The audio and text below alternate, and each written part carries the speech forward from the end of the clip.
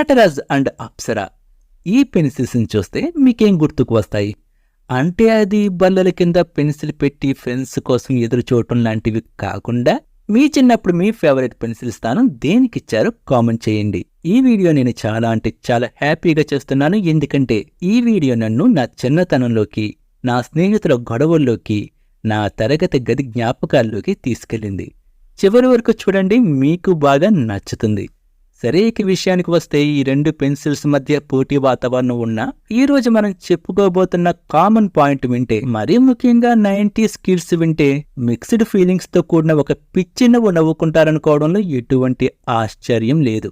ఇంతకీ ఆ కామన్ విషయం ఏమిటా అనుకుంటున్నారా? చెప్తాను. అంతకంటే ముందు ఈ రెండు పెన్సిల్స్ నా చిన్నతనంలో ఎన్ని గొడవలు క్రియేట్ చేశాయో చెప్పాలి.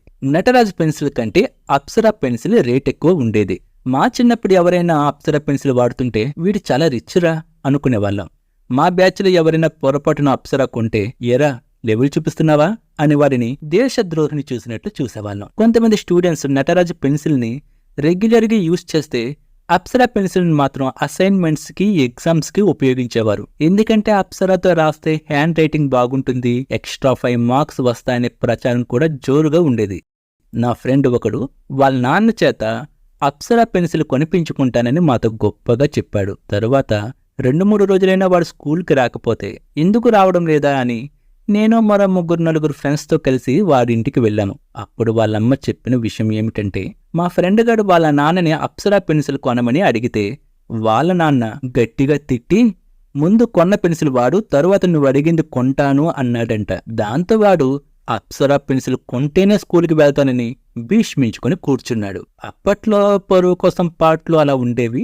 ఇవన్నీ ఇప్పటి కిడ్స్కి అర్థం కాకపోవచ్చు, కానీ అప్పట్లో నాన్నకి చెప్పి కొనిపించుకోవాలంటే 1,00,000 చివాట్లు, లెక్కలేనని దెబ్బలు, అబ్బో ఒక చిన్న యుద్ధమే జరిగేది. ఆ రోజులే వేరు.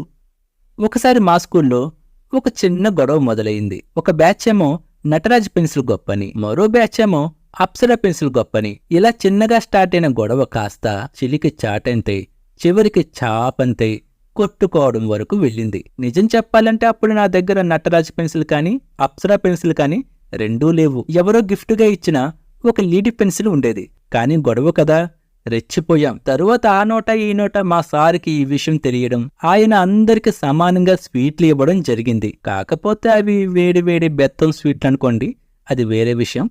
ఈ సంఘటన అయితే ఇంకా సూపర్గా ఉంటుంది. నా ఫ్రెండ్ ఒక అమ్మాయి తన దగ్గర ఉన్న అప్సరా పెన్సిల్ చాలా స్ట్రాంగ్ అని నా దగ్గర గొప్పలు చెప్తే, నేనేమో ఆ పెన్సిల్ ఎంత స్ట్రాంగ్గా ఉంటుందో అని టెస్ట్ చేశాను. దాంతో ఆ అమ్మాయి ఒకటే ఏడుపు. అంటే నా టెస్టింగ్కి పెన్సిల్ 2 ముక్కలయ్యింది అనుకోండి. దాంతో ఆ పిల్ల మా ఇంటికి వచ్చి మా అమ్మకి కంప్లైంట్ చేసింది. కొత్త పెన్సిల్ని విరగ్గొట్టేశాడు మీ అబ్బాయి, ఇలా విరిగిన పెన్సిల్తో ఇంటికి వెళ్తే మా నాన్న కొడతాడు అని. దాంతో మా అమ్మ దెబ్బలు నాకేసి డబ్బులు ఆ పిల్లకిచ్చి పంపింది. కానీ నాకు బాధ కలిగించిన విషయం ఏమిటంటే, ఆ పిల్లకి మా ఇల్లు తెలియకపోతే దగ్గరుండి ఇంటికి తీసుకువచ్చిన దుష్టుడు నా ఫ్రెండ్ వెధవ. దేవి సినిమాలో విలన్లా నవ్వుతూ నా వైపు చూస్తూ ఉండడం నాకు ఇప్పటికీ గుర్తుంది. పక్క వీధుల్లో ఉండే మేము అప్పటి నుండి మాట్లాడుకోవడం మానేశాం. తర్వాత హై స్కూల్ చదువులకి వాడు రాజీవ్ గాంధీ మున్సిపల్ హై స్కూల్కి వెళ్లడం, నేను RRBHR వంటి సంప్రదాయమైన హై స్కూల్లో చేరడం జరిగాయి. అవి నేను 10th క్లాస్ పబ్లిక్ ఎగ్జామ్ రాసే రోజులు. నా exam centre government girls high school. నేల మీద రాసి ఉన్న మా హాల్ టికెట్ నెంబర్స్ కోసం వెతుకులాటలో ఉన్న నాకు నా రైట్ సైడ్ లో పడ్డ నా చిన్ననాటి శత్రు మళ్ళీ కనిపించాడు. ఒకరితో ఒకరికి కోపాలు దాచుకుని కామ్గా నేలపై కూర్చొని తెలుగు ఎగ్జామ్ రాసేశాం. అలా 2-3 ఎగ్జామ్స్ అయ్యాక నా వెనుక ఉన్న ఒక అమ్మాయి నాకు ఇన్ఫర్మేషన్ ఇచ్చింది. రైట్ సైడ్ లో కూర్చున్న ఆ అబ్బాయి స్లిప్పులు తీసుకొచ్చి రాస్తున్నాడని. అప్పట్లో కట్ షూ అని బాగా ఫేమస్. వాడు ఆ కట్ షూ స్టైల్ కోసం వేసుకుంటున్నాడు అనుకున్నాను. కానీ ఆ షూలోనే స్లిప్పులు పెట్టుకొస్తున్నాడని కన్ఫర్మ్ అయ్యాక వాడిని ఎలాగైనా బుక్ చేయాలని క్లాసులోకి వచ్చిన మా ఇన్విజిలేటర్ మేడంతో, మేడం చాలా మంది చెప్పల్స్, షూస్ వేసుకుని క్లాసులోకి వచ్చేస్తున్నారు, కింద కూర్చుని రాయడం కదా మేడం, రూమ్ అంతా మట్టిమట్టిగా తయారవుతుంది అని అమాయకంగా మేడంకి చెప్తూ చివరిగా వాడి వైపు కావాలని చూశాను. అది గమనించిన మేడం కూడా వాడిని చూసి, వాడు వేసుకున్న షూ చూసి చిరాగ్గా మొహం పెట్టి, ఏరా మినిమం కామన్ సెన్స్ లేదా? 10th క్లాస్ ఎగ్జామ్స్ వరకు వచ్చేశారు, కానీ చెప్పల్స్ విడిచిపెట్టి ఎగ్జామ్ రూమ్ లోకి రావాలనే బుద్ధి కూడా లేదు. ఎవరైతే చెప్పల్స్ లోపలికి వచ్చారో వారందరూ బయట విడిచిపెట్టి రండి అని అందరికి కోపంగా చెప్పారు.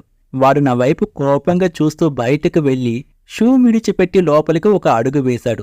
మళ్ళీ అంతలోనే బయటకు వెళ్లిపోయాడు. ఇంతలో మేడం A4 షీట్స్ తర్వాత OMR షీట్స్ ఇవ్వడం కూడా జరిగిపోయింది. 5-10 నిమిషాలు అవుతుంది. తరువాత మే ఐ కమింగ్ మేడం అని వినిపించింది. అది నా ఫ్రెండ్ గడి వాయిస్. ఫ్రెష్ గా ఉండేవాడి మొహం కాస్త చెమటలతో పిచ్చి పిచ్చిగా ఉన్నాడు. అసలే వాళ్ళ uniform white shirt and blue pant. So ఆ వైట్ షర్ట్ కాస్త చెమటలతో ముద్దైపోయింది. మేడం వాడిని చూసి ఇంతసేపు ఏం చేశావు అని మళ్ళీ కోపగించుకున్నారు. దాంతో వాడు, నేను షూ విప్పి లోపలికి వస్తుంటే నా షూని కుక్క తీసుకెళ్ళింది మేడం, ఆ ఎదవ కుక్క గ్రౌండ్ అంతా పరిగెత్తించింది అంటూ ఆయాసపడుతూ చెప్పడం, వాడి వైపు మేడం చిరాగ్గా చూడటం నాకు ఇప్పటికీ స్వీట్ మెమొరీనే. వాడు మేడం దగ్గర వైట్ పేపర్ తీసుకుని వాడి ప్లేస్లో కూర్చొని నా వైపు చూస్తూ, ఈ రోజు నా చేతిలో నువ్వు చచ్చావురా అని వార్నింగ్ ఇస్తూ ఆ పేపర్ పై వాడి హాల్ టికెట్ నెంబర్ వేశాడు. కానీ వాడి మోచేతి చెమట వైట్ పేపర్ పై అచ్చులా పడింది. వాడికి OMR షీట్ ఇవ్వడానికి వచ్చిన మేడం ఆ వైట్ పేపర్ని చూసి, పేపర్ ఇచ్చి నిమిషం అవ్వలేదు, ఇంత చండాలంగా చేసి వెంట్రా పనికి మేలని విధవా, శుచి శుభ్రం లేదు, చిచ్చి అంటూ వాడిని తిడుతుంటే, ఈసారి నేను స్పైడర్ సినిమాలో విలన్ గాడిలా వాడిని చూస్తూ ఎంజాయ్ చేయడం అబ్బబ్బబ్బబ్బా భలే సరదాగా అనిపించింది. తరువాత 2-3 సార్లు తప్ప మళ్ళీ వారికి అనిపించలేదు. ఒరే ఫ్రెండు, ఈ వీడియో నువ్వు చూస్తే కాంటాక్ట్లోకి రారా, చూసి చాలా కాలమైంది. నా మెయిల్ ఐడి డిస్క్రిప్షన్ లో ఉంచాను, ఇవ్వండి. పెన్సిల్ నా చిన్నతనంలో సృష్టించిన గొడవలు. ఇక ఈ 2 పెన్సిల్స్ కి ఉన్న కామన్ విషయం ఏమిటంటే, ఈ 2 పెన్సిల్స్ ని తయారు చేసింది ఒకటే కంపెనీ.